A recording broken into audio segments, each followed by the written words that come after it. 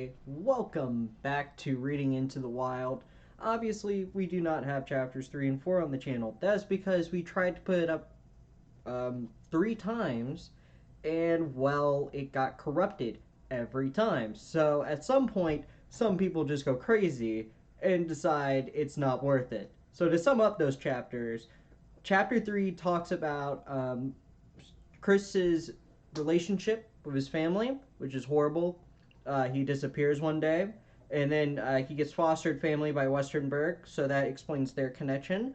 And then in chapter 4, we hear a lot about why he's Alexander Supertramp, and it's mostly because he tramps everywhere. He has literally been in every state and in Mexico, so it explains why he went out to Alaska. So, because of this, I hope that's a good recap, because of the corrupted recording, we're going to be starting chapter 5 today, and we're going to be going to chapter 8. That means we're going to be reading about 46 pages. So I did not want to add on chapters 3 and 4 to that, because obviously that would be a lot, and I don't want to record that much. I don't think you guys want to hear that much. So let's start. Chapter 5, Bullhead City. The dominant primordial beast was strong and buck, and under the fierce conditions of trail life, it grew and grew, yet it was a secret growth. His newborn cunning gave him poise and control. Jack London, The Call of the Wild. That's actually a really good book. And then the next one, All Hell, the dominant primordial beast, and Captain Ahab 2, Alexander Supertramp, May 1992. Graffito found inside the abandoned bus on the Stampede Trail. So Alexander Supertramp is Chris, just to keep that in mind. I believe they're going to be referring to him as that for the rest of the book. I'm going to do something. My camera is very out of sync. I hope that helped it. I've read somewhere that waving your finger in front of your camera will help it focus, but I don't see that happening. So if this is a little out of focus, I'm sorry. Let's start. When his camera was ruined and McCandless stopped taking photographs, he also stopped keeping a journal, a practice he didn't resume until he went to Alaska the next year. Not a great deal is known, therefore, about where he traveled after departing Las Vegas in May 1991. From a letter McCandless sent to Jan Burrs, we know he spent July and August on the Oregon coast, probably in the vicinity of Astoria, where he complained that the fog and rain was often intolerable. In September, he hitched down U.S. Highway 101 into California, then headed east into the desert again, and by early October, he landed in Bullhead City, Arizona. Bullhead City is a community in the oxymoronic late 20th century idiom. Lacking a discernible center, the town exists as a haphazard sprawl of subdivisions and strip malls stretching for 8 or 9 miles along the banks of the Colorado, directly across the river from the high-rise hotels and casino of Lapland, Nevada. Bullhead's distinctive civic features is the Mohave Valley Highway. 4 lanes of asphalt lined with gas stations and fast food franchises, chiropractors and video shops, auto parts outlets, and tourist traps. So, we're in Arizona now. On the face of it, Bullhead City doesn't seem like the kind of place that would appeal to an adherent of Turo and Trotsky, an ideologue who expressed nothing but contempt for the barrages trapping of mainstream America. McCandless nevertheless took a strong liking to Bullhead. Maybe it was his affinity for the lumpen, who were all represented in the community's trailer parks and campgrounds and laundromats. Perhaps he simply fell in love with the stark desert landscape that encircles the town. In any case, when he arrived in Bullhead City, McCandless stopped moving for more than 2 months, probably the longest he stayed in one place from the time he left Atlanta until he went to Alaska. It moved into the abandoned bus on the Stampede Trail in a car he mailed to Westernberg in October. He says of Bullhead, "It's a good place to spend the winter, and I might finally settle down and abandon my tramping life. for good. I'll see what happens when spring comes around because that's when I tend to get really itchy feet. At the time he wrote these words, he was holding down a full time job flipping quarter pounders at a McDonald's on the main drag, commuting to work on a bicycle. Outwardly, he was living a surprisingly conventional existence, even going so far as to open a savings account at a local bank. So, this explains a lot about Alexander Supertramp at the time. Um, about 1992, which is the same year he dies, let's keep that in mind, he almost gives up tramping lifestyle, which means if he did, he'd still be alive. He was starting to become okay with society again, and that's something really cool. And also, shout out to Mickey D's. It appears in this book, and therefore it appears in this video. Congratulations, Mickey D's. You have made it into a literal new YouTube video. Okay, to begin. Curiously, when McCandless applied for the McDonald's job, he presented himself as Chris McCandless, not as Alex, and gave his employers his real social security number. It was an uncharacteristic break from his cover that might easily have alerted his parents to his whereabouts, although the lapse proved to be of no consequence because the private investigator hired by Walt and Billy never caught the slip. Wow, what a private investigator! You've been paid to look for this man. The biggest lead of your life comes and you don't find it. And you work for the military. Wow. Okay. 2 years after he swayed over the grill in Bullhead, his colleagues at the Golden Arches don't really recall much about Chris McCandless. One thing I do remember is that he had a thing about socks, says the assistant manager, a fleshy, grogulous man named George Drazin. He always wore shoes without socks. Just plain couldn't stand to wear socks. But McDonald's has a rule that employees have to wear appropriate footwear at all times. That meant shoes and socks. Chris would comply with the rule, but as soon as his shift was over, bang! The first thing he'd do is peel those socks off. I mean, the very first thing. Kind of like a statement to let us know we didn't own him, I guess. But he was a nice kid and a good worker. Real dependable. Louise Zarza, the second assistant manager, has a somewhat different impression of McCandless. Frankly, I was surprised he ever got hired, she says. He could do the job. He cooked in the back, but he always worked at the same slow pace, even during the lunch rush. No matter how much you get on him to hurry it up, customers would be stacked 10 deep at the counter, and he wouldn't understand why I was on his case. He just didn't make the connection. It was like he was off in his own universe.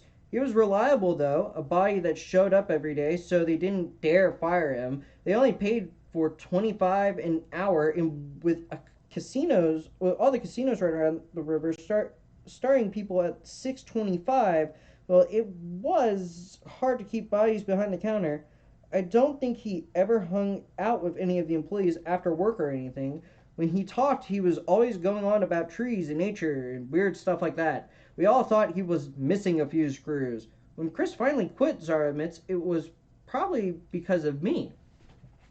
When he first started working, he was homeless, and he'd shown up for work smelling bad. It wasn't up to McDonald's standards to come in smelling the way he did. So finally, they delegated me to tell him that he needs to take a bath more often.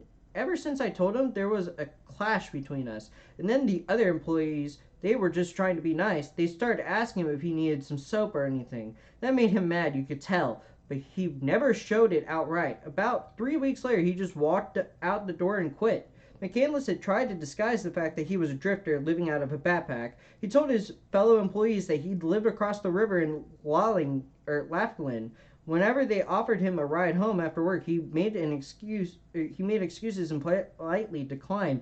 In fact, during his first several weeks in Bullhead, McCandless camped out in the desert at the edge of town. Then he started squatting in adjacent mobile homes. Then the letter arrangement he explained in a letter to Jan Bruce came out about this way. One morning, I was shaving in the restroom when an old man came in and observing me. Asked me if I was sleeping out. I told him yes, and it turned out that he had this old trailer I could stay in for free. The only problem is that he doesn't really own it. Some absentee owners are merely letting him live on their land here in another little trailer he stays in. So I kind of have to keep things toned down and stay out of sight because he isn't supposed to have anyone over here. It's really quite a good deal though, for the inside of the trailer is nice. It's a house trailer, furnished with some of the electric sockets working in a lot of living space. The only drawback is this old guy whose name is Charlie is sometimes something of a lunatic and it's rather difficult to get along with him sometimes. Charlie still lives at the same address in a small teardrop shaped camping trailer sheathed in a rust pocket tin without plumbing or electricity, tucked behind the much larger blue and white mobile home where McCandless slept. Dunedin mountains are visible to the west, towering sternly above the rooftops. London was his favorite. He tried to conceive every snowbird who walked by that they should breed Call of Wild. I think I might have skipped a page because that doesn't make sense. No, I did not. Okay. McCandless had been infatuated with London since childhood. London's reverent condemnation of capitalist society, his glorification of the primordial world, his championing of the great unwashed, all of it mirrored McCandless's passions.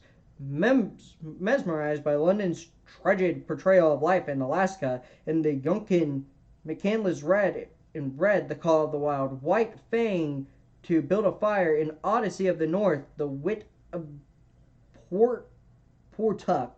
He was so enthralled by these trails, however, that he seemed to forget they were works of fiction, constructions of the imagination that had more to do with London's romantic sensibilities than what with the actualities of life in the subarctic wilderness. McCandless conveniently overlooked the fact that London himself had spent just a single winter in the north, and that he died by his own hands on his Californian estate at the age of 40, a fatuous, drunk, obese, and pathetic, maintaining a sedentary existence that bore scant resemblance to the ideals he exposed in print.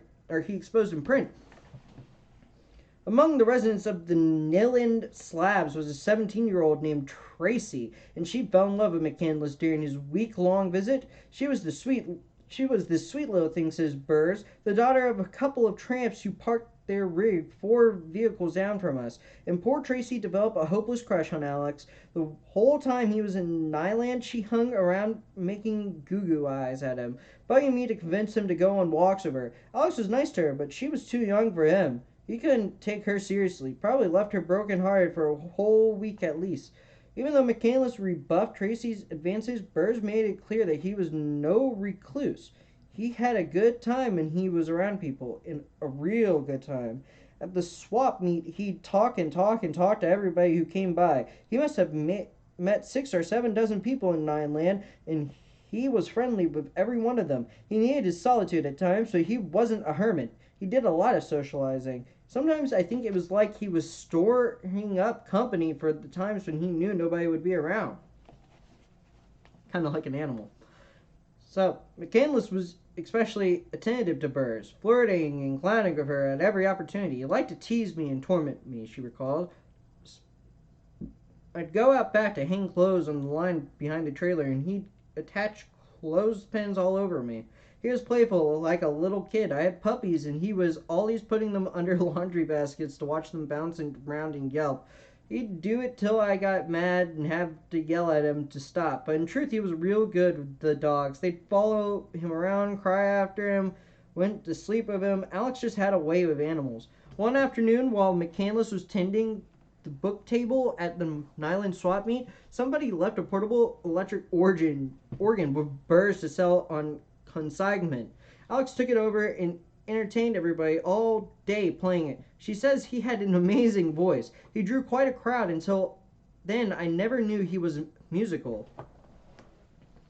McCandless spoke frequently to the denizens of the slabs about his plans for Alaska. He did calisthenics each morning to get in shape for the rigors of the bush and discuss backcountry survival strategies at length with Bob, a self-styled survivalist. Me, says Burrs. I thought Alex had lost his mind when he told us about his great Alaskan Odyssey, as he called it. But he was really excited about it. Couldn't stop talking about the trip. Despite prodding from Burrs, however, McCandless revealed virtually nothing about his family. I'd ask him, Burrs says. Have you let your people know what you're up to? Does your mom know you're going to Alaska? Does your dad know? But he'd never answer. He'd just roll his eyes at me, get peeved, tell me to quit trying to mother him. And Bob wouldn't say, leave him alone. He's a grown man. And Bob would say, leave him alone. He's a grown man. I'd keep at it until he changed the subject, though, because of what happened between me and my own son. He's out there somewhere, and I want someone to look after him like I tried to look after McCandless. The Sunday before McCandless left Nideland, he was watching an NFL playoff game on the television in Burr's trailer when she noticed he was rooting especially hard for the Washington Redskins. So I asked him if he was from the D.C. area. She says, and he answered, yeah, actually, am. That's the only thing he ever let on about his background. The following Wednesday, McCandless announced it was time for him to be moving on. He said he'd need to go to the post office in Salton City, 50 miles west of Nineland, to which he'd asked the manager of the Bullhead McDonald's to send him his final paycheck general delivery. He accepted Burr's offers to drive him there, but when she tried to give him a little money for helping out at the swap meet, she recalls he acted real offended. I told him, man, you gotta have money to get along in this world. But he wouldn't take it. Finally, I got him to take some Swiss Army knives and a few belt knives. I convinced him they'd come in handy in Alaska and that he could maybe trade them for something down the road.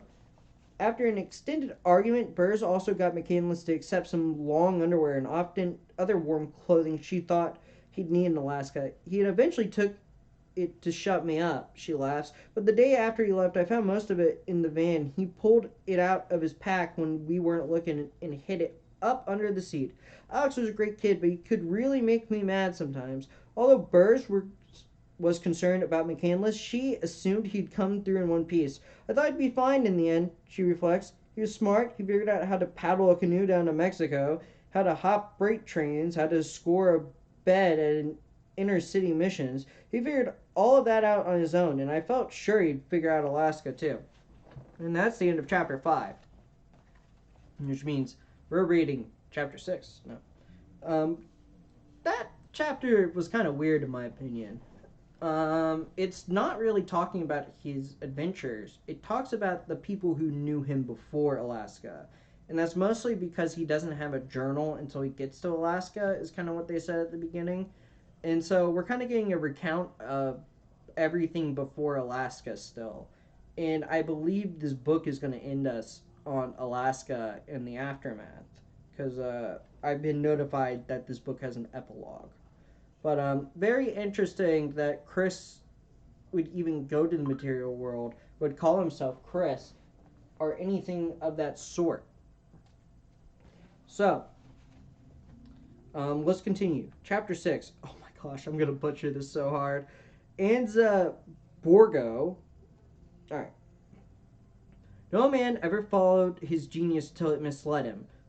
Though the result was bodily weakness, yet perhaps no one could say that the consequences were to be regretted, for these were a life and a conformity to higher principles. If the day and the night are such that you greet them with joy, and life emits a fragrance like flowers and sweet-scented herbs, more elastic, more starry, more immortal, that is your success. All nature is your congratulation, and you have caused momentary to bless yourself. The greatest gains and values are farthest from being appreciated. We easily come to doubt if they exist. We soon forget them. They are the highest reality. The true harvest of my daily life is somewhat as intangible and indescribable as the tints of morning or evening. It is a little stardust caught, a segment of the rainbow which I have clutched. Henry David Thoreau, Walden or Life in the Wilds. Passage highlighted in one of the books found with Chris McCandless's remains. Alright. On January 4th, 1993, the writer received an unusual letter penned in shaky anachronis, anachronistic script that suggested an elderly author to whom it may concern the letter begin. I would like to get a copy of the magazine that carried the story of the young man, Alex McCandless, dying in Alaska. I would like to write the one that investigated the incident. I drove him from Salton City, California in March 1992 to Grand Junction Company. I left Alex there to hitchhike to South Dakota. He said he would keep in touch. The last I heard from him was a letter the first week in April of 1992. On our trip, we took pictures, me with the camcorder, plus Alex with his camera. If you have a copy of that magazine, please send me the cost of that magazine. I understand he was hurt. If so, I would like to know how he was injured, for he always carried enough rice in his backpack, plus he had Arctic clothes, plus plenty of money. Sincerely, Ronald A. Franz. Weird. Please do not make these facts available to anybody till I know more about his death, for he was not just the common wayfarer. Please believe me. The magazine that Franz requested was the January 1993 Inside issue of Outside, which featured a cover story about the death of Chris McCandless. His letter had been addressed to the office of Outside in Chicago. Because I had written the McCandless piece, it was forwarded to me. McCandless made an indelible impression on a number of people during the course of his hegeria, most of whom spent only a few days in his company, a week or two at most. Nobody, however, was affected more powerfully by his or her brief contact with the boy than Ronald Franz, who was 80 years old when their paths intersect in January 1992. After McCandless bid farewell to Jan Burrs at the Salton City Post Office, he hiked into the desert and set up camp in a break of creosote at the edge of Anaza-Borbargo Desert State Park. Hard to the east is the Salton Sea, a placid ocean in miniature, its surface more than 200 feet below sea level, created in 1905 by a monumental engineer snafu not long after a canal was dug from the Colorado River to irrigate rich farmland in the Imperial Valley. The river breached its banks during a series of major floods, carved a new channel, and began to gush unabated into the Imperial Valley Canal. For more than 2 years, the canal inadvertently diverted virtually all of the river's prestigious flow into the Salton Sink. Water surged across the once dry floor of the sink, inundating farms and settlements, eventually drowning 400 square miles of desert and giving birth to a landlocked ocean. Only 50 miles from limousines and exclusive tennis clubs and lush green fairways of Palm Springs, the west shore of the Salton Sea had once been the site of intense real estate speculation. Lavish resorts were planned, grand subdivisions platted, but little of the promised development ever came to pass. These days, most of the desert tumbleweeds scuttle down Salton City broad.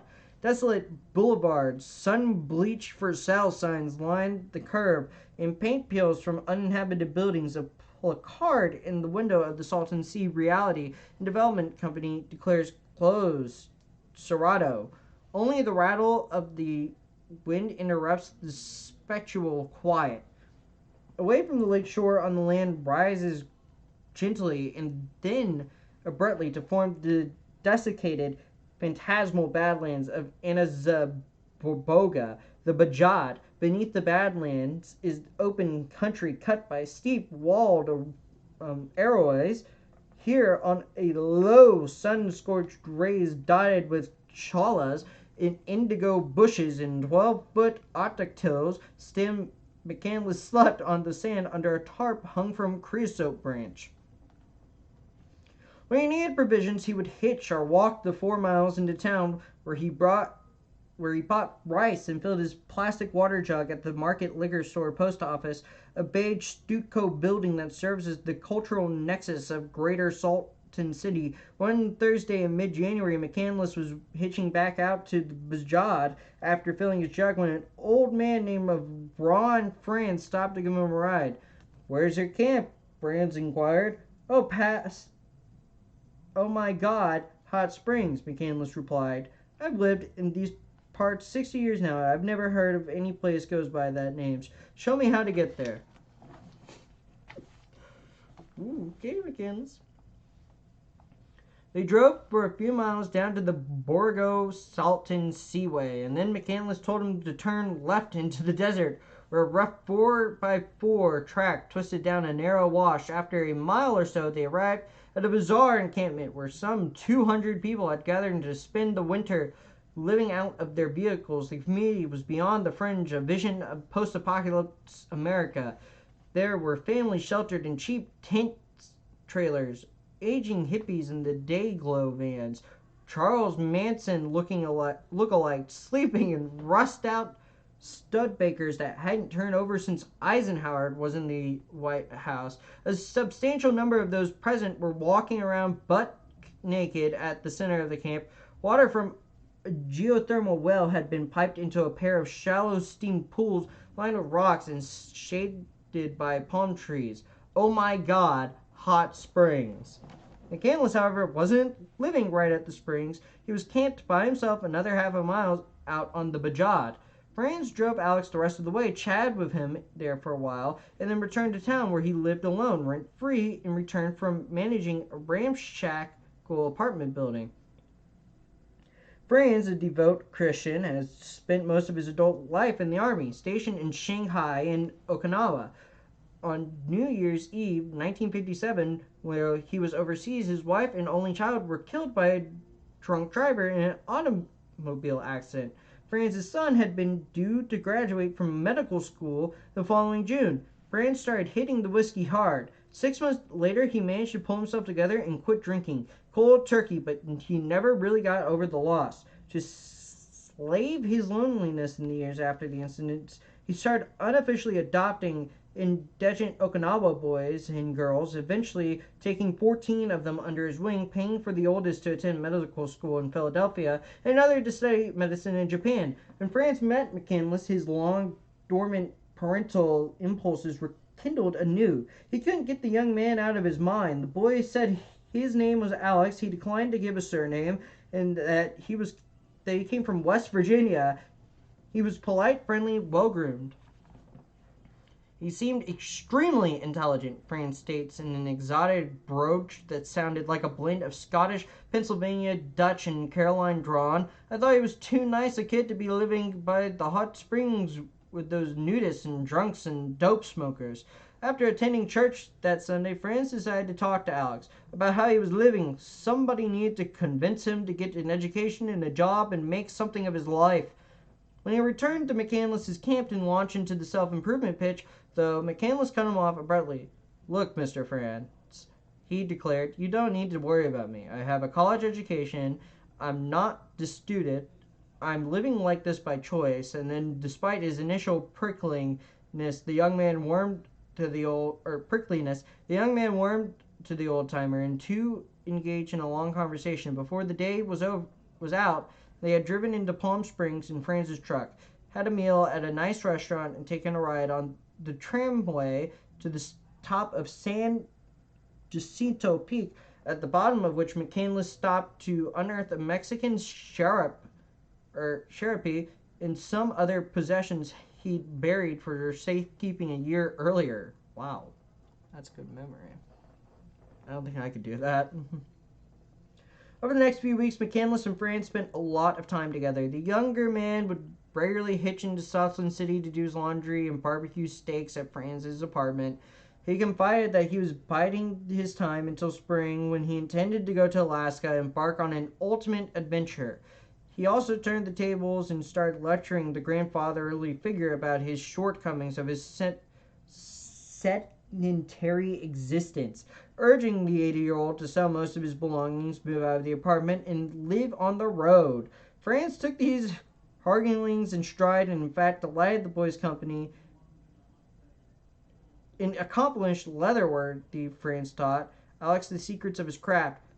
For his first project, McCandless produced a tooled leather belt on which he created an artful pictorial record of his wanderings. Alex is inscribed at the belt's left end, then the initials CJM for Christopher Johnson McCandless. Frame a skull and crossbones across the stripe of cowhide. One sees a rendering of two-lane blacktop, a no U-turn sign, a thunderstorm producing a flash flood that engulfs a car, a hitchhiker's thumb, an eagle, a Sahara Nevada salmon cavorting in the Pacific Ocean, the Pacific Coast Highway from Oregon to Washington, the Rocky Mountains, Montana wheat fields, the South Dakota rattlesnake, Westenberg's house in Carthage, the Colorado River, a gale in the Gulf of California, a canoe beach beside a tent,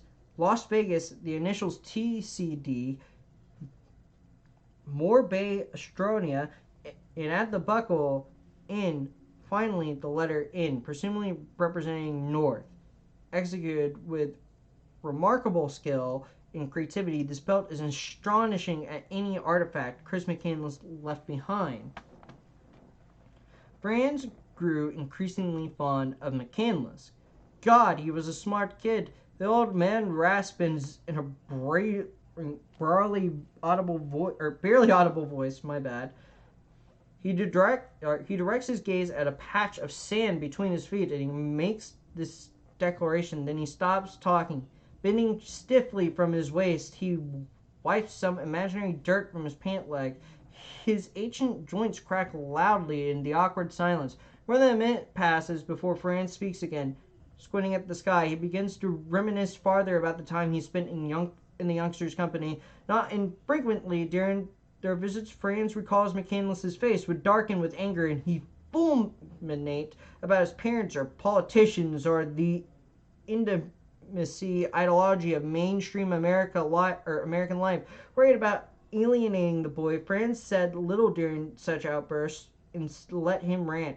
One day in early February, McCandless announced that he was splitting from San Diego to earn money for his Alaska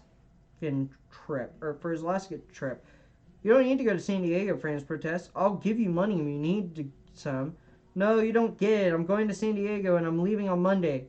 Okay, I'll drive you there. Don't be ridiculous, McCandless scoffed. I need to go away, Franz lied, to pick up some leather supplies. McCandless relented. He struck his camp and stored most of his belongings in Franz's apartment. The boy didn't want to scalp his sleeping bag or backpack around the city and then rode with the old man across the mountains to the coast. It was raining when Franz dropped McCandless at San Diego waterfront.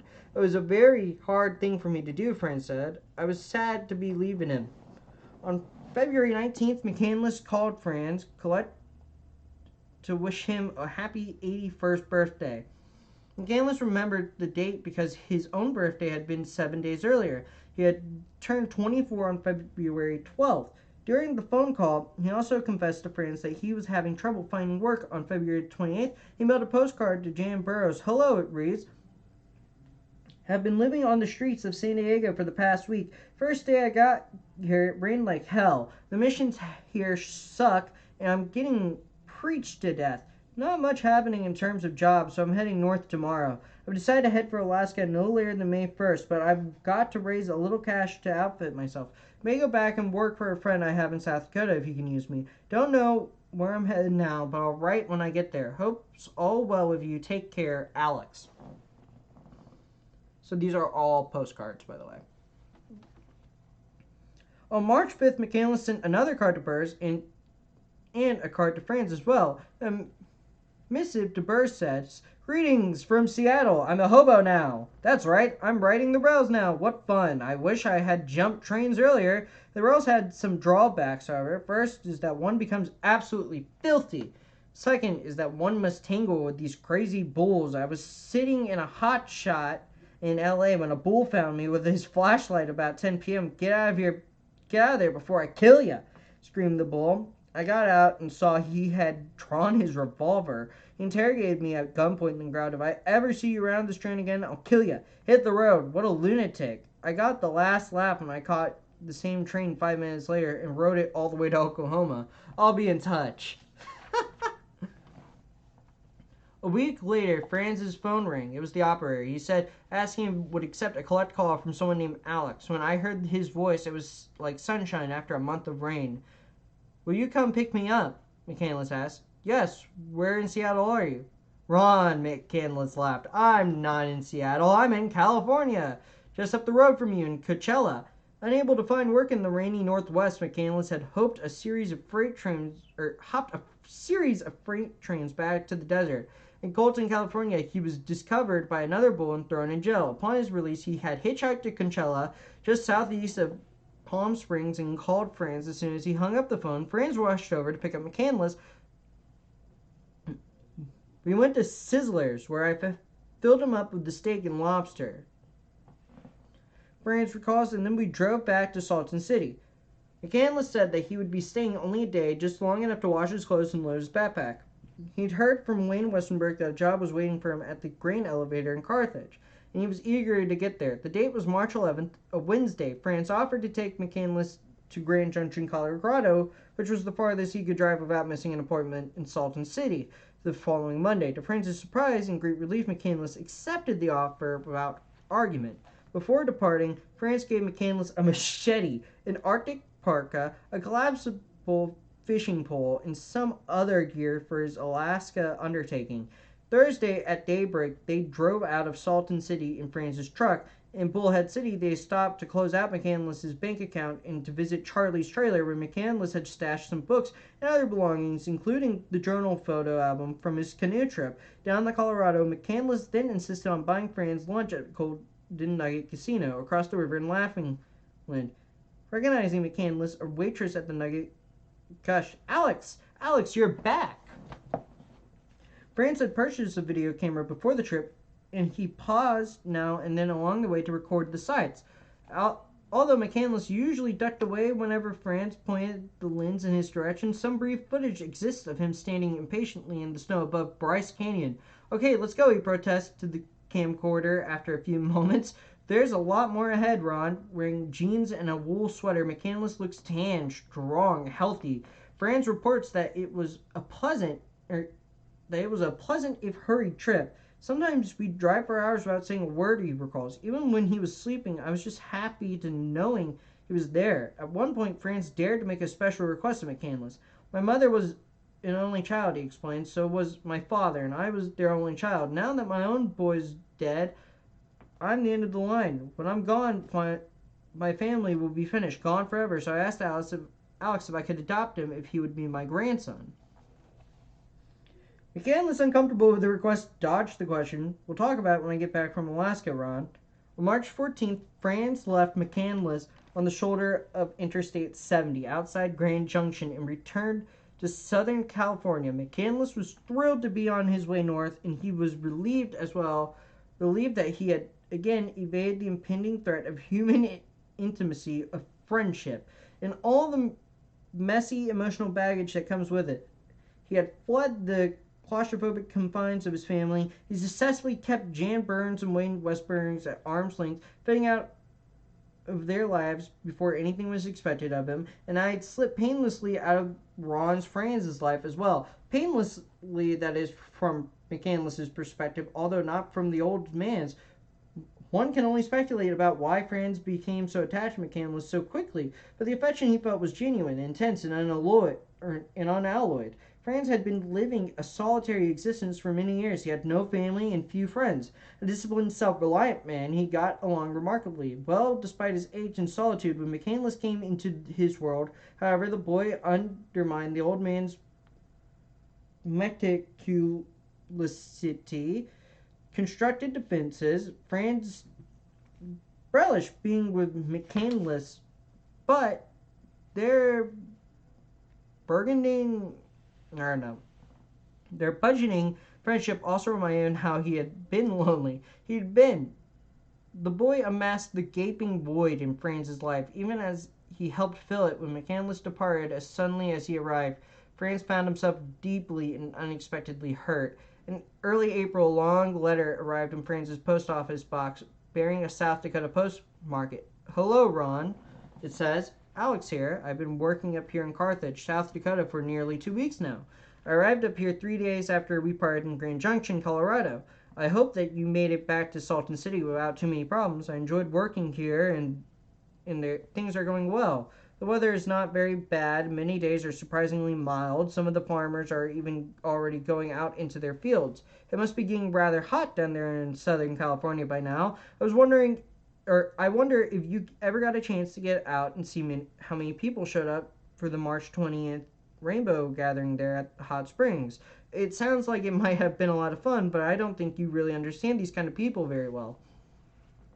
I will not be here in South Dakota very much longer. My friend Wayne wants me to stay working at the grain elevator, though, May, and then go combining with him the entire summer. But I have my soul set entirely on my Alaskan Odyssey and hope to be on my way no later than April 15th. That means I will be leaving here before very long, so I need you to send any more mail I may have received to return to the return address below. Ron, I really enjoyed all the help you have given me in the times that we spent together. I hope that you will not be too depressed by our parting. It may be a very long time before we see each other again, but providing that I get through this Alaskan deal in one piece, you will be hearing from me again in the future. I'd like to repeat the advice I gave you before, in that I think you really should make a radical change in your lifestyle and begin to boldly do things which you may previously never have thought of doing or been too hesitant to attempt. So many people live with unhappy circumstances and yet will not take the initiative to change their situation because they are conditioned to a life of security, conformity, and conservationism, all of which may appear to give one peace of mind, but in reality, nothing is more damaging to the adventurous spirit within a man than a secure future. The very basic core of a man's living spirit is his passion for adventure. The joy of life comes from our encounters with new experiences, and hence there is no greater joy than to have an endless changing horizon for each day, to have a new different sun. If you want to get more out of life, Ron, you must lose your inclination for monotonous security and adopt a helter-skelter style of life. That will at first appear to you to be crazy, but once you become accustomed to such a life, you will see its full meaning. It's an incredible beauty. And so, Ron, in short, get out of Salt City and hit the road. I guarantee you will be very glad you did, but I fear that you will ignore my advice. You think that I am stubborn, but you are even more stubborn than me. You had a wonderful chance on your drive back to see one of the greatest sights on the earth, the Grand Canyon, something every American should see at least once in his life. But for some reason, incomprehensible to me, you want nothing but to bolt for home as quickly as possible, right back to the same situation which you see day after day. I fear you will follow the same inclination in the future, and thus fail to discover all the wonderful things that God has placed around us to discover. Don't settle down and sit in one place. Move around, be nomadic, make every day a new horizon. You are still going to live a long time, Ron, and it would be a shame if you do not take the opportunity to revolutionize your life and move it into an entirely new realm of existence. You are wrong if you think joy emanates only our principle from human relationships. God has placed it all around us. It is in everything and anything we might experience. We just have to have the courage to turn against our habitual lifestyle and engage in unconventional living. My point is that you do not need me or anyone else around to bring this new kind of light into your life. It is simply waiting out there for you to grasp it. And all you have to do is reach for it. The only person you're fighting is yourself and your stubbornness to engage in new circumstances. Ron, I really hope that as soon as you can, you will get out of Salton City. But put a locator on the back of your pickup and start seeing some of the great works that God has done here in the American West. You will see things and meet people, and there is much to learn from them. And you must do it economy style. No motels, do your own cooking as general rule. Spend as little as possible. You will enjoy it much more immensely. I hope that the next time I see you, you will be a new man with a vast array of new adventures and experiences behind you. Don't hesitate or allow yourself to make excuses. Just go out there and do it. Just get out and do it. You will be very, very glad that you did. Take care, Ron. Alex. Please write back to Alex McCandless, Madison, South Dakota,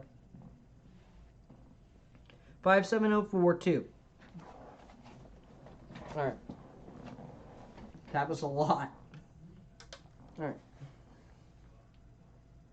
Astonishingly, the 81-year-old man took the brash 24-year-old vagabond's advice to heart. Franz placed his furniture and most of his other possessions in a storage locker, bought a GMC Duravan and outfitted it with bunks and camping gear. Then he moved out of his apartment and set up camp on the Bajad.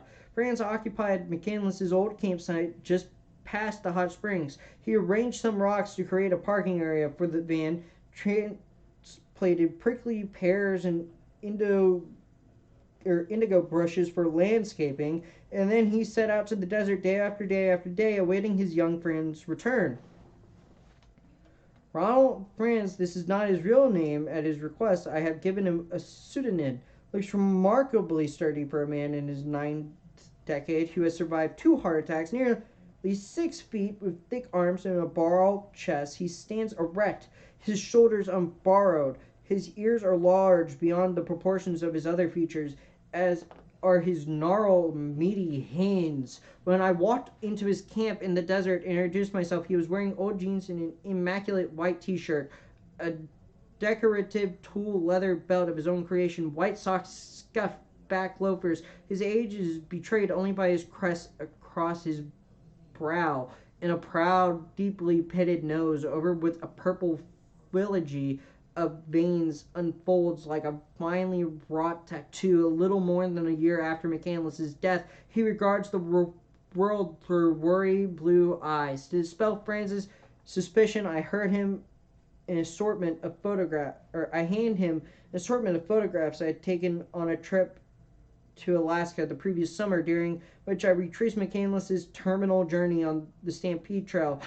The first several images in the stack are landscape shots of the surrounding brush, the overgrown trail, distant mountains, the Susan River. Franz studied them in silence, occasionally nodding when I explained what they depict. He seems grateful to see them. When he comes to the pictures of the bus in which the boy died, however, he stiffens abruptly. Several of these images show McCandless's belongings in the derelict vehicle. As soon as Franz realizes what he's seeing, his eyes mist over. He thrusts the photos back at me without examining the rest, and the old man walks away to compose himself as I mumble a lame apology. Franz no longer lives at McCandless's campsite. A flash flood washed the makeshift road away, so he moved 20 miles out towards the Barago Badlands, where he camps beside an isolated stand of cottonwoods. Oh my God, Hot Springs is gone now too, bulldozed and plugged with concrete by order of the Imperial Valley Health Commission.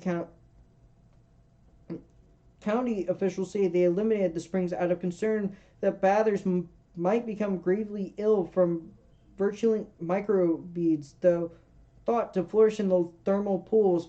That sure could have been true, says the clerk at the Salton City store, but most people think they bulldozed them because the springs were starting to attract too many hippies and drifters, scum like that.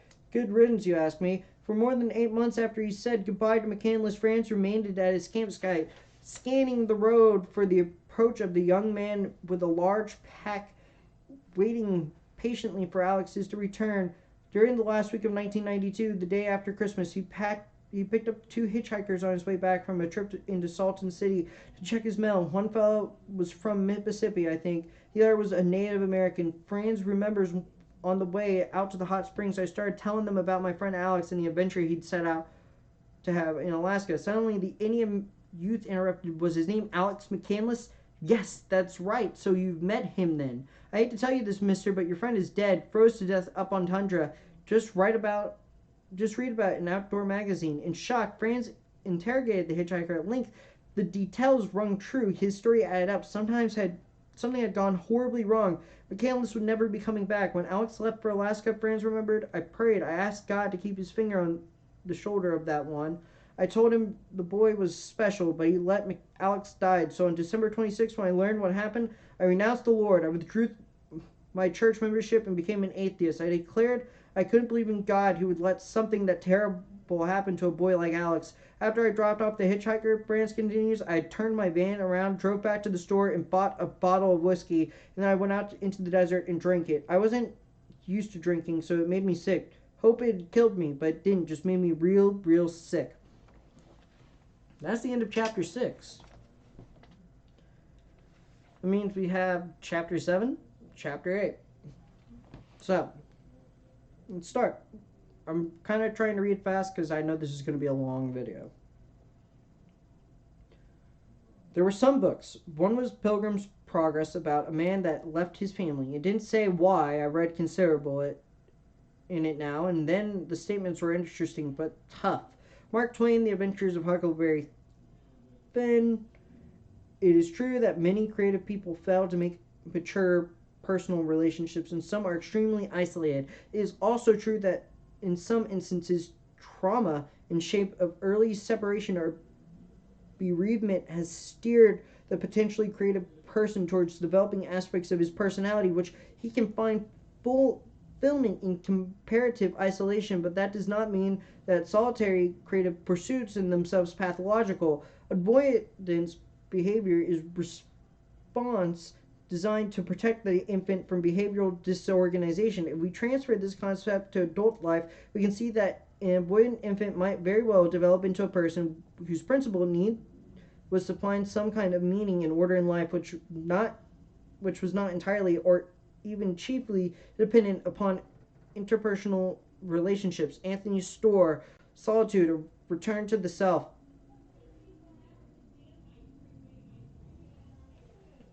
Alright. The big John Deere 8020 squats silently in the canted evening light, a long way from anywhere, surrounded by a half-mowed field of South Dakota milo. Wayne Westenberg, muddy sneakers protrude from the maw of the combine, as if the machine were in the process of swallowing him whole. An overgrown metal reptile distinguished its prey. Hand me that goddamn wrench, will you? An angry, muffled voice demands from deep within the machine's innards. Or are you guys too busy standing around with your hands in your goddamn pockets to be of any use? The combine is broken down for the third time in as many days, and Westenberg is frantically trying to replace a hard-to-reach bushing before nightfall. An hour later, he emerges smeared with grease and chaff, but successful. Sorry about snapping like that, Westenberg apologizes. We've been working too many 18-hour days. I guess I'm getting a little snarky. It's being so late in the season and all, and us being short-handed. Besides, we was counting on Alex being back at work by now. 50 days has gone by since McCandless's body was discovered in Alaska on the Stampede Trail. 7 months earlier, on a frosty March afternoon, McCandless had ambled into the office at Carthage grain elevator and announced that he was ready to go to work. There was ringing up the morning tickets, remembers Westenberg, and in walks Alex with a big old backpack slung over his shoulders. He told Westenberg he planned on staying until April 15th, just enough to put together a grub stake.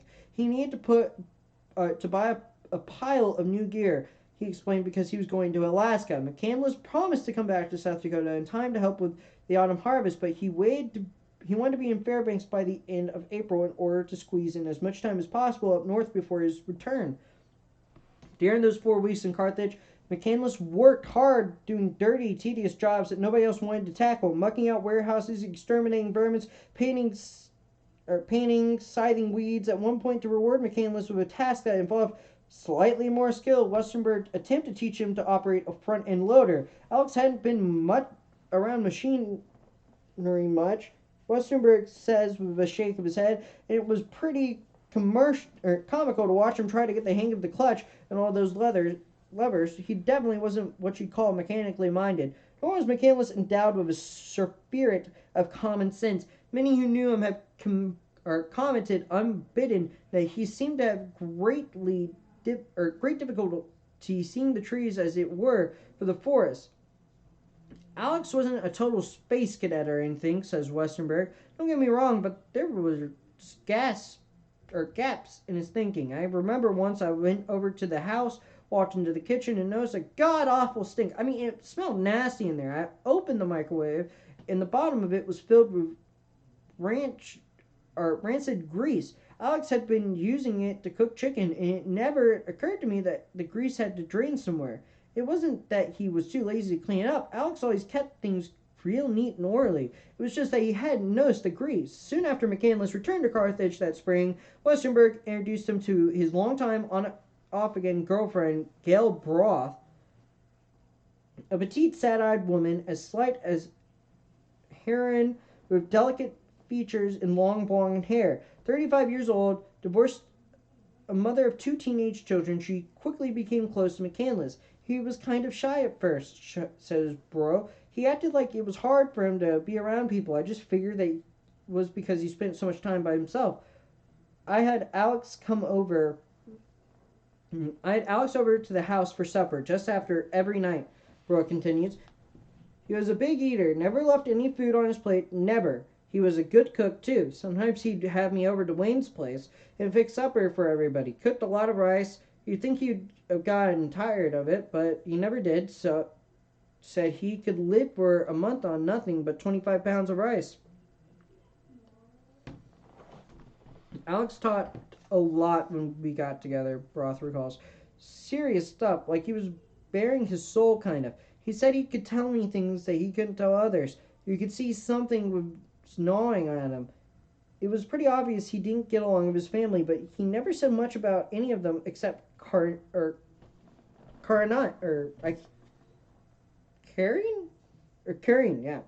His little sister. He said they were pretty close, said she was beautiful, that when she walked down the street, guys would turn their heads and stare.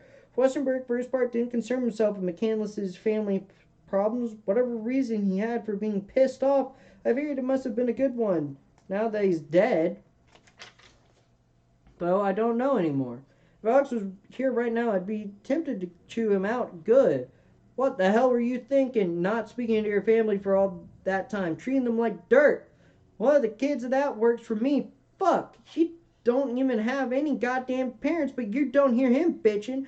Whatever the deal was, Alex's family, I guaranteed you I'd seen a lot worse. Knowing Alex, I think he must have just got stuck on something that happened between him and his dad and couldn't leave it be. That was a lot of swearing. Westenberg later conjectured, as it turned out, was a fairly astute analysis of relationship between Chris and Walt McCandless. Both father and son were stubborn and high-strung. Given Walt's need to exert control on Chris's extravagant, independent nature, polarization was inevitable. Chris submitted to Walt's authority through high school and college to a surprising degree, but the boy raged inwardly all the while. He brooded at the length over what he perceived to his father's moral shortcomings, the hypocrisy of his parents' lifestyles, the tyranny of their conditional love. Eventually, Chris rebelled, and when he finally did, it was with characteristic immoderation. Shortly before he disappeared, Chris complained to Karine that their parents' behaviors were so irrational, so oppressive, disrespectful, insulting that I finally passed my breaking point. He went on.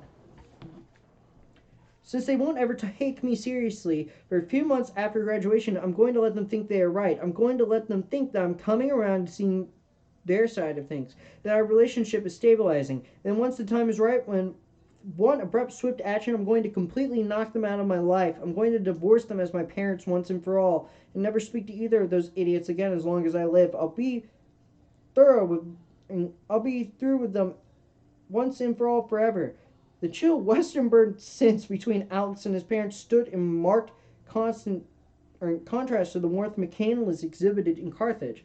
Outgoing and extremely personable when the spirit moved him, he charmed a lot of folks. There was Maul waiting for him when he arrived back in South Dakota. Correspondence from people he met on the road, including what Westenberg remembers as letters from a girl who had a big crush on him. Someone had gotten to know in some Timbuktu, some camping ground, I think. But McCandless never mentioned any romantic entanglements to either Westenberg or Broa. I don't recollect Alex ever talking about any girlfriend, said Westenberg. Although a couple of times he mentioned wanting to get married and having a family someday, you could tell he didn't take relationships lightly. He was the kind of guy who would go out and pick up girls just to get. He wasn't the kind of guy who would just go out and pick up girls just to get laid. It was clear to Broa, too, that McCandless hadn't spent much time crushing cruising single bars. One night, a bunch of us went out to a bar over in Madison, says Broa, and it was hard to get him out on the dance floor. But once he was out there, he wouldn't sit down. We had a blast. After Alex died and all, Karine told me that, as far as she knew, I was one of the only girls he'd ever went dancing with. In high school, McCandless had enjoyed a close repertoire with 2 or 3 members of opposite sex, and Karine recalls one instance where he got drunk and tried to bring a girl up to his bedroom in the middle of the night. They made so much noise stumbling up the stairs that Billy was awakened and sent the girl home. But there is a little evidence that he was sexually active as a teenager, and even less to suggest that he slept with any woman after graduating from high school. Nor, for that matter of fact, is there any evidence to say he was ever sexually intimate with a man. It seems that McCandless was drawn to women, but remained largely or entirely celibate, as chaste as a monk. Chastity and moral purity was qualities McCandless mulled over long and often. Indeed, one of the books found in the bus with his remains was a collection of stories that included Trotsky's The Kurzeret's Sonata, in which the nobleman turned ascetic denounces demands of the flesh. Several such passages are stated and highlighted in the dog-eared text. The margins filled with cryptic notes penned in McCandless's distinctive hand. In the chapter on the higher laws in the Thoreau's Walden, a copy of which was also discovered in the bus, McCandless circled, "Chastity is the flowering of man in what are called genius, heroism, holiness, and the like are but various fruits which succeed it. We Americans are titillated by sex, obsessed by it, horrified by it. When an apparently healthy person, especially a healthy young man, neglects to forego the enticements of the flesh, it shocks us and we leer, suspicions are aroused. McCandless' apparent sexual innocence, however, is a corollary of a personal type that our culture purports to admire, at least in this case of the most famous at Hertz. His ambivalence towards sex echoes that of celebrated others who embraced wilderness with single-minded passion. Thoreau, who was a lifelong virgin, and naturalist John Muir, most prominently, to say nothing of countless lesser-known pilgrimages, seekers, misfits, and adventurers, like not a few of those seduced by the wild. McCandless seemed to have been driven by a variety of lust that supplemented sexual desire. His yearning, in a sense, was too powerful to be quenched by a human contact. McCandless may have been tempted by the score offered by women, but it paled beside the prospect of rust, congress with nature, the cosmos itself, and thus was he drawn north to Alaska. McCandless assured both Westenberg and Brough that with his north sojourn was over, he would return to South Dakota at least for the fall. After that, it would depend. I got the impression that Alaska escape was going to be his last adventure, Westenberg offers, and that he'd wanted to settle down some. He said he was going to write a book about his travels. He liked Carthage. With his education, nobody thought he was going to work at a goddamn grain elevator the rest of his life, but he definitely intended to come back here for a while, help us out at the elevator, figure out what he was going to do next. That spring, however, McCandless's sights were fixated unflinchingly on Alaska. He talked about the trip at every opportunity. He sought out experienced hunters around town and asked them for tips about stalking game, dressing animals, curing meat.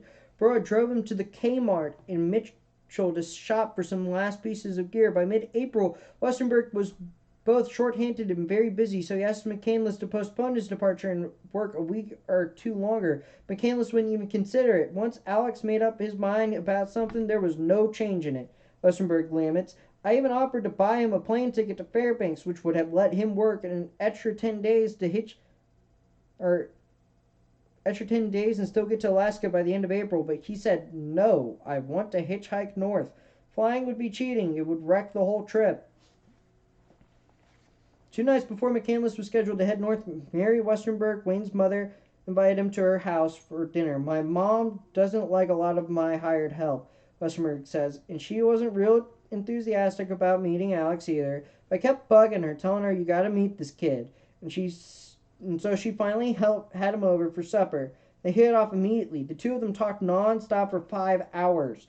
There was something fascinating about him, explained Miss Westenberg. See it at the polished walnut table where McCandless dined that night. Alex struck me as much older than 24. Everything I said he demanded to know more about. What I meant about why. I thought this way or that. He was hungry to learn about things. Unlike most of us, he was the sort of person who insisted on living out his beliefs. We talked for hours about books. There aren't that many people in Carthage who like to talk about books. He went on and on about Mark Twain. Gosh, he's fun to visit with. I didn't want the night to end. I was greatly looking forward to seeing him again this fall. I can't get him out of my mind. I keep picturing his face. He sat in the same chair you're sitting in now. Considering I only spent a few hours in Alex's company, it amazes me how much I'm bothered by his death. On McCandless's final night in Carthage, he partied hard at the cabaret with Westenberg's crew. The Jack Daniels flowed freely. To everyone's surprise, McCandless sat down at the piano, but she'd never mentioned he knew how to play, and started pounding out honky tonk country tunes, the ragtime, and Tony Bennett numbers, and he wasn't merely a drunk inflicting his delusions of talent on a captive audience. Alex's Gelbra could really play. I mean, he was good. We were all blown away by it. On that morning of April 15th, everybody gathered at the elevator to see McCandless's off. His pack was heavy. He had approximately $1,000 tucked in his boot. He left his journal and photo album with Westenberg for safekeeping and gave him the leather belt they made in the desert. Alex used to sit at the bar at the cabaret and read that belt for hours on end, says Westenberg, like he was translating hieroglyphs for us. Each picture he carved into the leather had a long story behind it. When McCandless hugged Bora goodbye, she says, I noticed he was crying.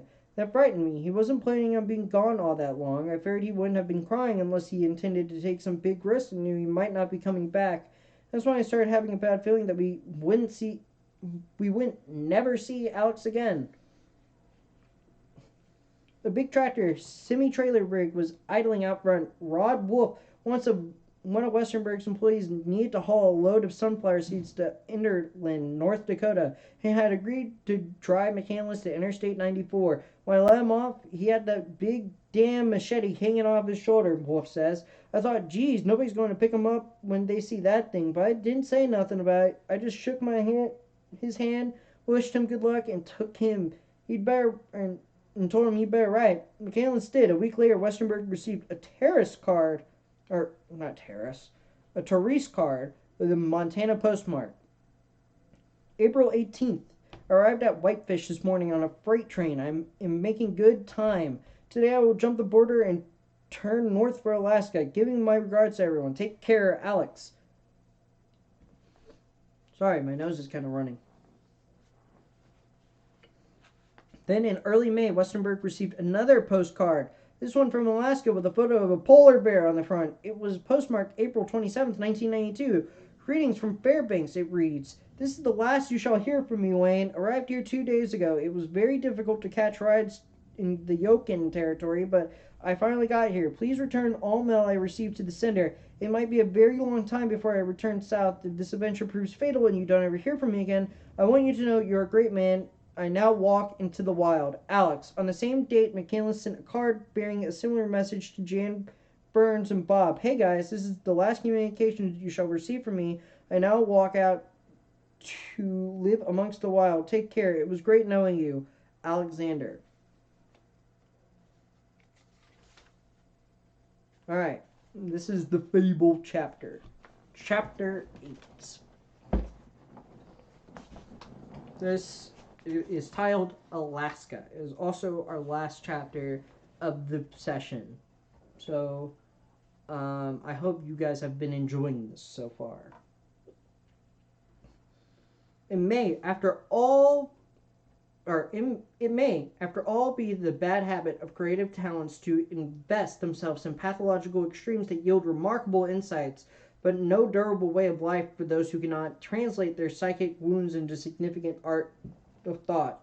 Theodore Roszak, in search of the miraculous. We haven't, we have in America the big two-hearted river, traditional taking your wounds to the wilderness for a cure, a conservation, a rest, or whatever. As in the Hemingway story, if your wounds aren't too bad, it works. But this isn't Michigan or Falk or Big Woods in Mississippi for that matter. This is Alaska. Edward Hoopland up the Black to Chokyitsick. Remember, I do not know anything about geography. So if I am butchering this, we're just going to have to live with it. I'm going to try it one last time to focus my camera. Well, that's what we're getting. Alright. When McCandless turned up dead in Alaska and the perplexing circumstances of his demise were reported in the news media, many people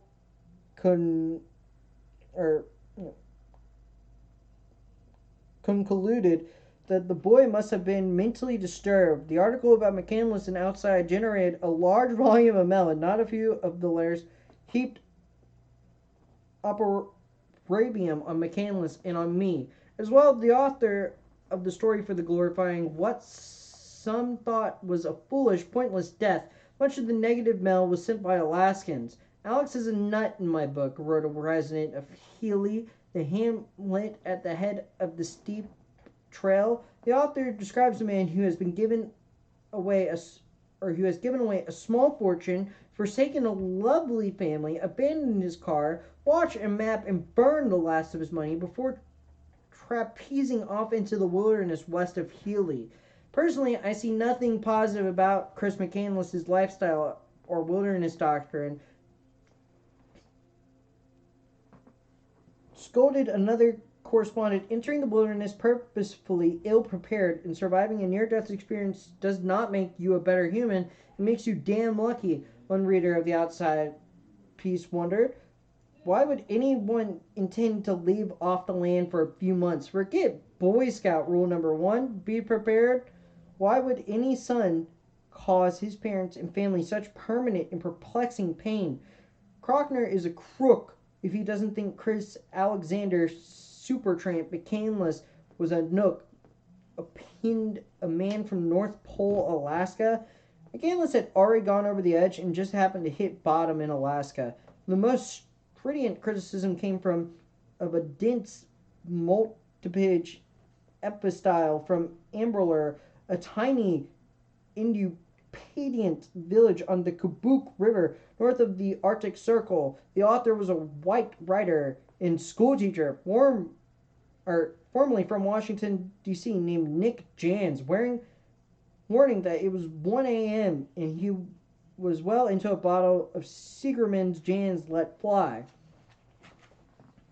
Over the past 15 years, I ran into several McCandless types out in the country. Some story, idealistic, energetic young guys who overestimated themselves, underestimated the country, and ended up in trouble. McCandless was hardly unique. There's quite a few of these guys hanging around the state, so much alike that they're almost a collective cliche. The only difference is that McCandless ended up dead with the story of his dumbassness splashed across the media. Jack London guy right in 2 Build a Fire. McCandless is finally just a pale 20th century burlesque of London's protagonist who freezes because he ignores advice and commits big time hubris. His ignorance, which could have been cured by a USGS quadrant in a Boy Scout manual, is what killed him. And while I feel for his parents, I have no sympathy for him. Such willful ignorance amounts to disrespect for the land and paradoxically demonstrate the same sort of arrogance that resulted in the Exxon Valdez spill, just another case of unprepared, overconfident men bumbling around out there and screwing up because they lacked the requisite humility. It's all a matter of degree. McCandless contrived a screechment in a pseudo stance compound rather than reduce the fault. McCandless's position or postcards, notes, and journals read like the work of an above average, somewhat historical high school kid. Or am I missing something? Wow. You're going in on McCandless. I mean, this guy's dead. Also, I just realized that they're writing to John Crocker, who wrote the outside piece. The prevailing Alaskan wisdom held that McCandless was simply one more dreamy, half-cocked greenhorn who went into the country expecting to find answers to all his problems and instead found only mosquitoes and lonely death. Dozens of marginal characters have marched off into the Alaskan wilds over the years, never to reappear. A few have lodged firmly in the state collective memory. There was counterculture idealistic who passed through the village of Tana in the early 1970s, announcing that he intended to spend the rest of his life communing with nature. In midwinter, a field biologist discovered all of his belongings: 2 rifles, camping gear, a diary filled with incoherent rantings about truth and beauty, and recondite ecological theory, and an empty cabin near Trofty, its interior filled with drifted snow. No trace of the young man was ever found. A few years later, there was a Vietnam vet who built a cabin on the Black River east of Choklastika to get away from people. By February, he ran out of food and starved, apparently without making any attempt to save himself, despite the fact that there was another cabin stocked with meat just 3 miles downstream. Writing about his death, Edward Hooligan observed that Alaska is not the best state or site in the world for aromantic experiences or peace love theatrics, and that there was the wayward genius I bumped into on the shore of Prince William Sound in 1981.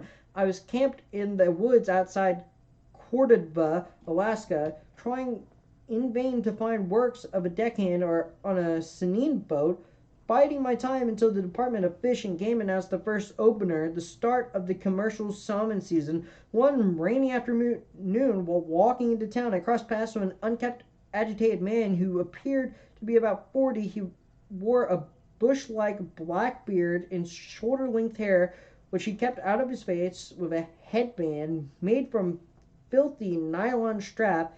He was walking towards me at a brisk clip, hunched beneath the considerable weight of a 6-foot-long balanced across one shoulder. I said hello as he approached. He mumbled and replied, and we paused to chat in the drizzle. I didn't ask why he was carrying a Sudan log into the forest, where there seemed to be plenty of logs already. After a few minutes spent exchanging earnest banalities, we went our separate ways. From our brief conversation, I deduced that I had just met the celebrated eccentric whom the locals called the mayor of Hippie Cove, a reference to a bite of tidewater north of town that was a magnet for long-haired transients, near which the mayor had been living for some year. Most of the residents of Hippie Cove were like me, summer squatters who'd come to Cordova hoping to score high-paying fish jobs, or failing that, find work in the salmon canneries. But the mayor was different. His real name was Gene Rosalind. He was the eldest stepson of Victor Rossellini, a wealthy Seattle restaurateur and a cousin of Albert Rossellini, the immensely popular governor of Washington State from 1957 to 1965. As a young man, Gene had been a good athlete and a brilliant student. He read obsessively, practiced yoga, became expert at the martial arts. He sustained a perfect 4.0 grade point average through high school and college at the University of Washington and later at Seattle University. He immersed himself in anthropology, history, philosophy, and linguistics, accumulated hundreds of credit hours without collecting a degree. He saw no reason to. The pursuit of knowledge, he maintained, was a worthy objective in his own right. He needed no external validation. By and by, Rossellini left academia, departed Seattle, and drifted north up to the coast through British Columbia and the Alaska Panhandle in 1977. He landed in Cordoba, there in the forest at the edge of town. He decided to devote his life to an ambitious anthropological experiment. I was interested in knowing if it was possible to be independent of modern technology, he told an Anchorage daily newspaper or news reporter Deborah McKinley. A decade after arriving in Cordoba, he wondered whether humans could live as our forebears had when mammoths and saber-toothed tigers roamed the land, or whether our species had moved too far from its roots to survive without gunpowder, steel, and the other artifacts of civilization. With the obsessiveness attention to detail that characterized his brand of Dodge genius, Rosellini purged his life of all but the most primitive tools, which he fashioned from native materials with his own hands. He became convinced that humans had evolved into progressively inferior beings, McKinley explains, and it was his goal to return to a natural state. He was forever experimenting with different eras: Roman times, the Iron Age, the Bronze Age. By the end of his lifestyle, he had elements of the Neolithic. He dined on roots, berries, and seaweed, hunted game with spears and snares, dressed in rags, endured the bitter winters. He seemed to relish the hardship. His home above Hippie Cove was a windowless hovel which he built without benefit of saw or axe. He'd spend days, said McKinley, grinding his way through a log with a sharp stone, as if merely subsisting according to self-imposed rules weren't sturdiness enough. Rosellini also exercised compulsively whenever he wasn't occupied with foraging. He filled his days with calisthenics, weightlifting, and running, often with a load of rocks on his back. During one apparently typical summer, he reported covering an average of 18 miles daily. Rosellini's experiment stretched on for more than a decade, but eventually he felt questions that inspired it had been answered. In a letter to a friend, he wrote, I began my adult life with the hypothesis that it would be possible to become a Stone Age native for over 30 years. I programmed and conditioned myself to this in the last 10 of it, I would say. I realistically experienced the physical, mental, and emotional reality of the Stone Age. But to borrow a Buddhist phrase, eventually came a setting face to face with pure reality. I learned that it is not possible for human beings as we know them to live off the land. Rosellini appeared to accept the failure of his hypothesis with equanimity. At the age of 49, he cheerfully announced that he had recast his goals and now intended to walk around the world living out of his backpack. I want to cover 18 to 27 miles a day, 7 days a week, 365 days a year. The trip never got off ground. In November 1991, Rosellini was discovered lying face down on the floor of his shack with a knife through his heart. The coroner determined that the fatal wound was self-inflicted, that there was no suicide note. Rosellini left no hint as to why he had decided to end his life then and there in that manner. In all likelihood, nobody will ever know. Rosellini's death and the story of the outlandish experience made the front page of the Anchorage Daily News. The travails of John Malton Waterman, however, attracted less attention. Born in 1952, Waterman was raised in the same Washington suburbs that gave shape to Chris McCandless. His father, Guy Waterman, is a musician and freelance writer who, among other claims to modest fame, authored speeches for presidents, ex-presidents, and other prominent Washington politicians. Pierre also happens to be an expert mountaineer who taught his three sons to climb at an early age. John, the middle son, went rock climbing for the first time at 13. He was a natural. John headed to the crags at every opportunity and trained obsessively. When he couldn't climb, he cranked out 400 push-ups every day and walked 2.5 miles to school fast. After walking home in the afternoon, he'd touch the front door and head back to the school to make a second round trip. In 1969, a 16-year-old John climbed Mount McKinley, which he called Denali, as most Alaskans do prefer the peak's Athabascan name, becoming the third youngest person to stand atop the highest landform of the continent. Over the next few years, he pulled off even more impressive ascents in Alaska, Canada, and Europe. By the time he enrolled to University of Alaska at Fairbanks in 1973, Waterman has established a reputation as one of the most promising young alpinists in North America. Waterman was a small person, barely 5 feet 3 inches tall, with an elfin face in the Sinaway, inexhaustible physique of a gymnast. Acquaintances remembered him as socially awkward man-child with an outrageous sense of humor and a squirrely, almost maniac, depressive personality. When I first met John, says James Bradley, a fellow climber and college friend, he was prancing across campus in a long black cape and blue Elton John type glasses that had a star between the lenses. He carried around a cheap guitar. He talked or held together with masking tape and would serenade anybody who'd listen with long off-key songs about his adventures. Fairbanks has always attracted a lot of weird characters, but he was wacky even by Fairbanks standards. Yeah, John was out there. A lot of people didn't know how to handle him. It's not difficult to imagine plausible causes for Waterman's instability. His parents, Guy and Emily Waterman, divorced when he was a teen, and Guy, according to a source close to the family, essentially abandoned his sons following the divorce. He would have nothing more to do with the boys, and it crippled John badly.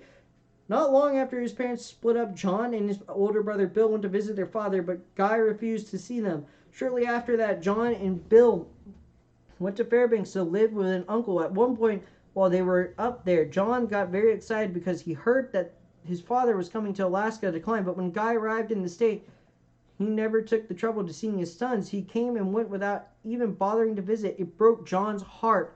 Bill with whom John had extremely close relationship, lost a leg as a teenager trying to hop a freight train in 1973. Bill posted an enigmatic letter allotting vaguely to plans for an extended trip and then disappeared without a trace. To this day, nobody knows what became of him.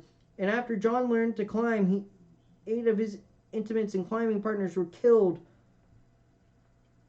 in accidents or committed suicide. It's not much of a stretch to posit that such a rash misfortune dealt a serious blow to Waterman's young physique. In March 1978, Waterman embarked on his most astonishing expedition, a solo ascent of Mount Hunter, southeast Spurn, an unclimbable route that had previously defeated 3 teams of elite mountaineers. Writing about the feat in climbing magazines, the journalist Glenn Randall reported that Waterman described his companions on the climb: the wind, the snow, and in death. Cornices as airy as margarine jutted over voids a mile deep.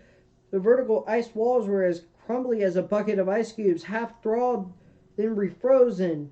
They led to ridges as narrow and so steep on both sides that straddling was the easiest solution at times. The pain and loneliness overwhelmed him, and he broke down and cried. After 81 days of exhausting, extreme hazardous climbing, Waterman reached the 14,573-foot summit of Hunter, which rises in the Alaskan range immediately south of Denali. Another 9 weeks were required to make the only slightest less harrowing descent. In total, Waterman spent 145 days alone on the mountain. When he got back to civilization flat broke, he borrowed $20 from Cliff Hudson, the bush pilot who'd flown him out of the mountains, and returned to Fairbanks, where the only work he could find was washing dishes. Waterman was nevertheless held as a hero by the small fraternity of Fairbanks climbers. He gave a public slideshow of the Hunter's ascent the Brady called unforgettable. It was an incredible performance, completely uninhibited. He poured out all his thoughts and feelings, his fears of failure, his fears of death. It was like you were there with him. In the months following the epic deed, though Waterman discovered that instead of putting his demons to rest, successfully he has meagerly agitated them. Waterman's mind began to unravel. John was very self-critical, always analyzing himself, Brady recalls, and he always been kind of compulsive. He used to carry around a stack of clipboards and notebooks. He'd take captious notes, creating a complete record of everything he did during the course of each day. I remember running into him once in downtown Fairbanks. As I walked up, he got out a clipboard, logged in the time. He saw me and recorded what our conversation was about, which wasn't much at all. His notes on our meeting were 3 or 4 pages down behind all the other stuff he'd already scribed that day. Somewhere he must have had piles and piles of notes like that, which I'm sure would have made sense to no one except John. One second. We're going to see how many pages are left. I believe this ends on 85. Yeah. Soon thereafter, Waterman ran for the local school board on a platform promoting unrestricted sex for students and the legalization of hallucinogenic drugs. He lost the election to nobody's surprise, saved his own, but immediately launched under another political campaign, this time for presidency of the United States. He ran under the banner of the Feed the Starving Party, the main priority of which was to ensure that nobody on the planet died of hunger. To publicize his campaign, he laid plans to make a solo ascent of the south face of Denali, the mountain's steepest aspect in winter, with a minimum of food. He wanted to underscore the waste and immorality of the standard American diet as part of his training regimen for his climb. He immersed himself in bathtubs filled with ice. Waterman flew to the Catalonian Glacier in December 1979 to begin the ascent, but called it off after only 14 days. "Take me home," he reportedly told his bush pilot. "I don't want to die." 2 months later, however, he prepared for a second attempt, but in Talikatina, a village south of Dalini, that is the point of embarkation for most mountaineers' expedition into Alaska range. The cabin he was staying in caught fire, burned to rubble, inserting both his equipment in the voluminous accumulation of notes, poetry, and personal journals that he regarded as his life's work. Waterman was completely unhelmed by the loss. A day after the fire, he committed himself to Anchorage Physiatric Institute, but left after 2 weeks, convinced that there was a conspiracy afoot to put him away permanently. Then in the winter of 1981, he launched yet another solo attempt on Denali. As if climbing the peak alone in winter weren't challenging enough, this time he decided to up the ante even farther by beginning his ascent at sea level, which entailed walking 160 hard circular miles from the shore of Cook Inlet just to reach the foot of the mountain. He started plodding north for the tidewater foot of the mountain. He started in February, but his enthusiasm fizzled on the lower reaches of the Ruth Glacier, still 30 miles from the peak, so he aborted the attempt and retreated to Talikatina. In March, however, he mustered his resolve once more and resumed his lonely trek. Before leaving town, he told the pilot, Cliff Hudson, whom he regarded as a friend, "I won't be seeing you again." It was an expeditionally cold March in the Alaskan range. Late in the month, Mug Stump crossed paths with Waterman on the upper Ruth Glacier. Stump, on an alpinist of world renown who died on Nanil in 1992, had just completed a different new route on a nearby peak in the Moose's Tooth. Shortly after the changes encounter with Waterman, Stump visited me in Seattle and remarked that John didn't seem like he was all there. He was acting spacey and taking some crazy shit. Supposedly, he was doing his big winter ascent of Denali, but he had hardly any gear with him. He was wearing a cheap one-piece snowmobile suit and wasn't even carrying a sleeping bag. All he had in the way of food was a bunch of flour, some sugar, and a big can of Crisco's. In his book, Breaking Point, Glenn Randall writes, "For several weeks, Waterman lingered in the area of the Sheldon Mountain House, a small cabin perched on the side of the Ruth Glacier in the heart of the range. Kate Bull, a friend of Waterman's who was climbing in the area at the time, reported that he was run down and less cautious than usual. He used the radio he had borrowed from Cliff Hudson to call him and have him fly in more supplies. Then he returned the radio he had borrowed. I won't be needing this anymore, he said. The radio would have been his only means for calling for help. Waterman was the last place on the North Fork of the Ruth Glacier on April 1st. His tracks led towards the east buttress of Denali, straight through a labyrinth of giant crevices, evidence that he had made no apparent effort to circumvent obvious hazards. He was not seen again. It is assumed he broke through a thin snow bridge and plummeted to his death at the bottom of one of the deep fissures. The National Park Service searched Waterman's intended route from the air for a week following his disappearance, but found no sign of him. Some climbers later discovered a note atop a box of Waterman's gear inside the Selda Mountain House. 3/13/81 it read, "My last kiss, 1:42 p.m." Perhaps inevitably, parallels have been drawn between John Waterman and Chris McCandless. Comparisons have also been drawn between McCandless and Carl McCune, an affable, absentee-minded Texan who moved to Fairbanks during the 1970s oil boom and found lucrative employment on the Trans-Alaskan Pipeline construction project in early March 1981 as Waterman was making his final journey into the Alaskan range. McCune hired a bush pilot to drop him at a remote lake near the Colleen River, about 75 miles north of the Fort Yukon, on the southern margin of the Brooks Range. At 35 years old, amateur photographer McCune told friends that the main reason of the trip was to shoot pictures of wildlife. He flew into the country with 500 rolls of film, .22 and .30 through 30 caliber rifles, a shotgun, and 1,400 pounds of provisions. His intentions was to remain in the wilderness through August. Somehow, though, he neglected to arrange for the pilot to fly him back to civilization at Summer's End, and it cost McCune his life. The astounding oversight was a great surprise to Mark Stoppel, a young Fairbanks resident who had come to know McCune while during the 9 months they worked on the pipeline together. Shortly before the lanky Texan departed for the Brooks Range, Carl was a friendly, extremely popular, down-home sort of guy, Stoppel recalls, and he seemed like a smart guy, but there was a side to him that was a little bit dreamy, a little bit out of touch with reality. He was flamboyant. He liked to party hard. He could be extremely responsible, but he had a tendency to wing it. Sometimes to act impulsively to get by on bravado and style. No, I guess it really doesn't surprise me that Carl went out there and forgot to arrange to be picked up. But then I am not easily shocked. I have several friends who drowned or got murdered or died in weird accidents.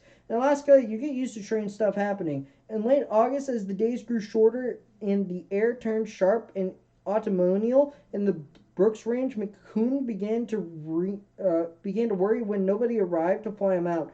I think I should have used more foresight about arranging my departure, he confessed to his diary, significant portions of which was published posthumously in the 5-part stories by Chris Claps in the Fairbanks Daily News Miner. I'll soon find out. Week by week, he could feel the acceleration advance of winter as his food supply grew meager. McCune deeply regretted tossing all but a dozen of his shotgun shells into the lake.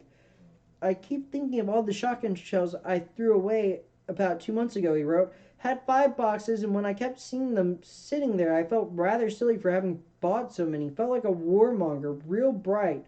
Who would have known I might need them just to keep from starving? Then on a brisk September morning, deliverance seemed to be at hand.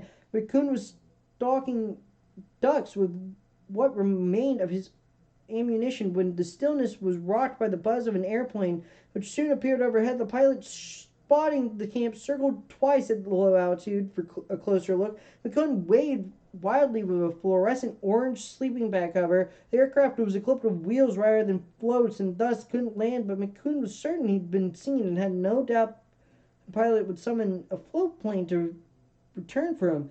He was so sure of this, he recorded in the journal that I stopped waving after the first pass. I then got busy packing things up and getting ready to break camp, but no airplane arrived that day or the next day or the next. Eventually, McCune looked on back of his hunting license and understood why. Printed on the little square of paper were drawings of emergency hand signals for communication with aircraft from the ground. I recall raising my right hand shoulder high and shaking my fist on plane's second pass, McCoon wrote. It was a little cheer like when your team scored a touchdown or something. Unfortunately, as he learned too late, raising a single arm in the universe is recognized signal for all okay. Assistance not necessary. The signal for SOS didn't help immediately is two upraised arms. That's probably why after they flew somewhat away, they returned for one more pass, and on that one I gave no signal at all. In fact, I may have even turned my back to the plane as it passed. We couldn't muse philosophically. They probably blew me off as a weirdo. By the end of September, snow was piling up on the tundra, and the lake had frozen over as provisions he brought ran out. McCoon made an effort to gather rose hips and snare rabbits. At one point, he managed to scavenge meat from a diseased calibu that had wandered into the lake and died. By October, however, he had metabolized most of his body fat and was having difficulties staying warm during the long, cold nights. Certainly, someone in town should have figured something must be wrong. Me not being back by now, but still no plane appeared. It would be just like Carl to assume that somebody would magically appear to save him, says Stoppel. He was a teamster. He drove a truck, so he had plenty of downtime on the job just sitting on his butt inside his rig, daydreaming, which is how he came up with the idea for the Brooks Range trip. It was a serious quest for him. He spent the better part of a year thinking about it, planning it, figuring out, talking to me during our breaks about what gear to take, but for all the careful planning he did, he also indulged in some wild fantasies. For instance, Stoppel continues, Carl didn't want to fly into the bush alone. His big dream originally was to go off and live in the woods with some beautiful women. He was hot for at least a couple of different girls who worked with us, and he spent a lot of time and energy trying to talk Sue or Barbara or whoever had to accompany him, which in itself was pretty much pure fantasy land. There was no way it was going to happen. I mean, the pipeline camp where we were, Pump Station 7, there was probably 40 guys for every woman, but Carl was a dreaming kind of dude. And right up until he flew into Brooks Range, he kept hoping and hoping and hoping that one of these girls would change her mind and decide to go with him. Similarly, Stoppel explains, Carl was the sort of guy who would have unrealistic expectations that someone would eventually figure out he was in trouble and cover for him. Even as he was on the verge of starving, he probably still imagined that Big Sue was going to fly in at the last minute with a plane load of food and have this wild romance with him. But his fantasy world was so far off the scale that nobody was able to contact or connect with it. Carl just got hungrier and hungrier. By the time he finally understood that nobody was going to come rescue him, he shriveled up to the point where it was too late for him to do anything about it. As McCoon's food supply dwindled to almost nothing, he wrote in his journal, I'm getting more worried, to be honest. I'm starting to be a bit scared. The thermometer dipped to -5 degrees Fahrenheit. Painful pus-filled frostbite blisters formed on his fingers and toes. In November, he finished his last of his rations. He felt weak and dizzy. Chills racked his gaunt frame. The diary recorded hands and nose continued to get worse, and as do feet. Nose tip very swollen, blistered, and scabbed. This is sure a slow and agonizing way to die. McCoon considered leaving the security of his camp and setting out on foot for Fort Yukon, but concluded he wasn't strong enough, that he would succumb to exhaustion in the cold long before he got there. The part of the interior where Carl went into a remote, very blank part of Alaska, said Stoppel, it gets colder than hell there in the winter. Some people in his situation could have figured out a way to walk out or maybe winter over, but to do that you'd have to be extremely resourceful. You really need to have your shit together. You have to be a tiger, a killer, a fucking animal, and Carl was too laid back. He was a party boy. I can't go on like this, I'm afraid, McCoon wrote sometime in a late November near the end of his journal, which by now filled 100 sheets of blue-lined, loose-leaf notebook paper. Dear God in heaven, please forgive my weakness and my sins. Please look over my family. And then he reclined in his wall tent, placed the muzzle of the .30-30 against his head, and jerked his thumb down on the trigger. 2 months later, 2 months later, on February 2nd, 1982, Alaskan state trooper came across the camp, looked inside the tent, and discovered the emancipated corpse frozen hard as stone. There are similarities among Rossellini, Waterman, McCunn, and McCandless. Like Rossellini and Waterman, McCandless was a seeker and had impractical fascinations with the harsh side of nature. Like Waterman and McCunn, he displayed a staggering peculiarity of common sense, but unlike Waterman, McCandless wasn't mentally ill, and unlike McCunn, he didn't go into the bush assuming somebody would automatically appear to save him, spake him before he came to grief. McCandless didn't conform practically well to the bush casualty stereotype, although he was rash, untutored in the ways of the backcountry, and the incautions of the point of foolhardiness.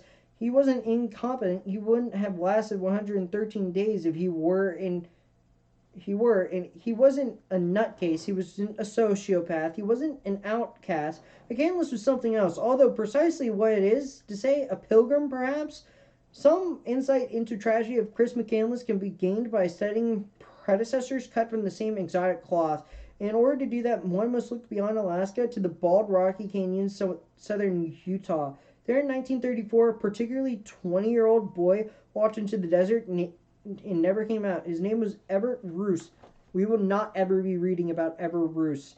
That is the end of this video. Remember to like and subscribe if you like it. If you have any questions or just comments about the chapters or maybe my style of doing this, please do comment that in the comment section below, and have a nice day.